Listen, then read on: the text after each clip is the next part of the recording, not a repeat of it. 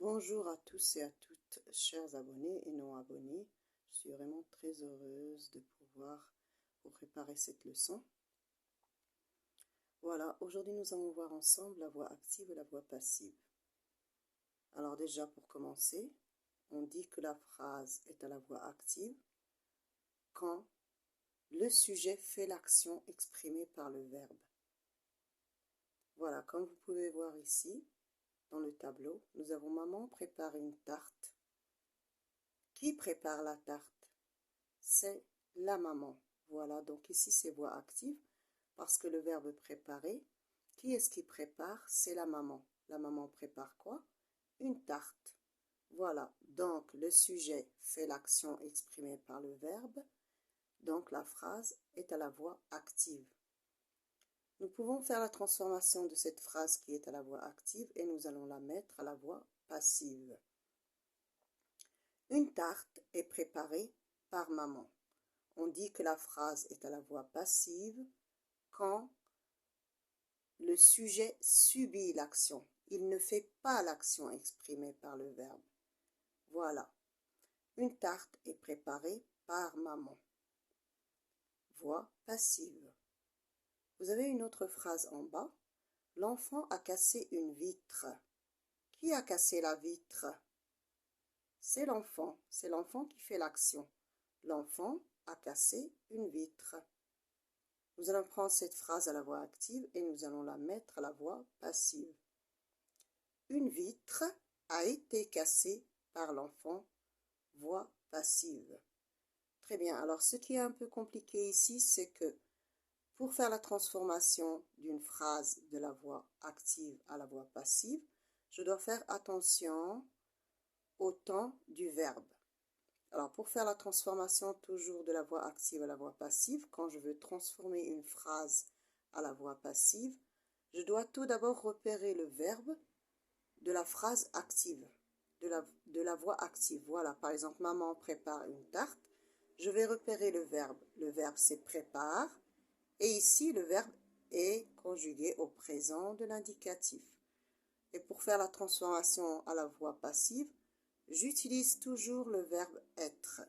Voilà. Et je dois conjuguer le verbe être au temps de la phrase qui est à la voix active.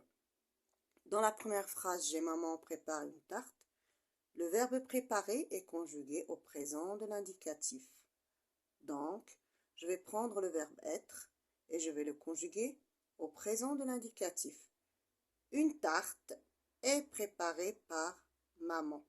Voilà, j'ai pris le verbe être, je l'ai mis au présent de l'indicatif et prépare devient à la forme passive, il devient préparé. Voilà, avec E accent E, par maman. Voix passive.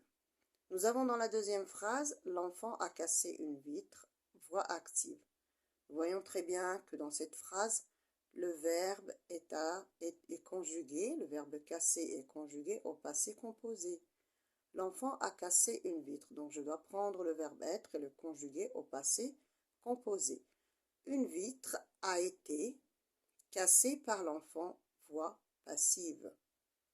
Voilà, comme vous pouvez le constater, c'est pas très compliqué. Il faut juste pour faire la transformation de la voix active à la voix passive, je dois faire attention au temps du verbe de la voix active et je fais la transformation.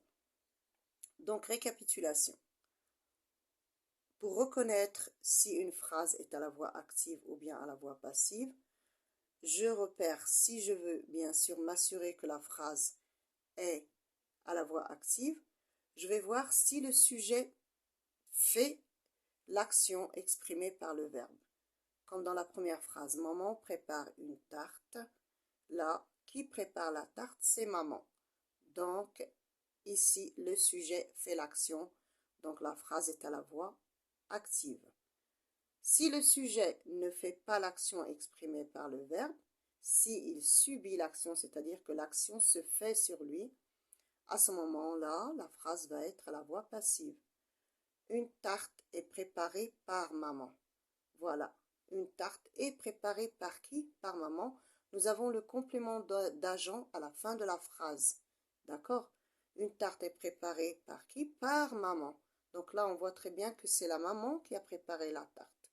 Et ce n'est pas la tarte qui va se préparer elle-même, bien sûr. Donc, voix passive.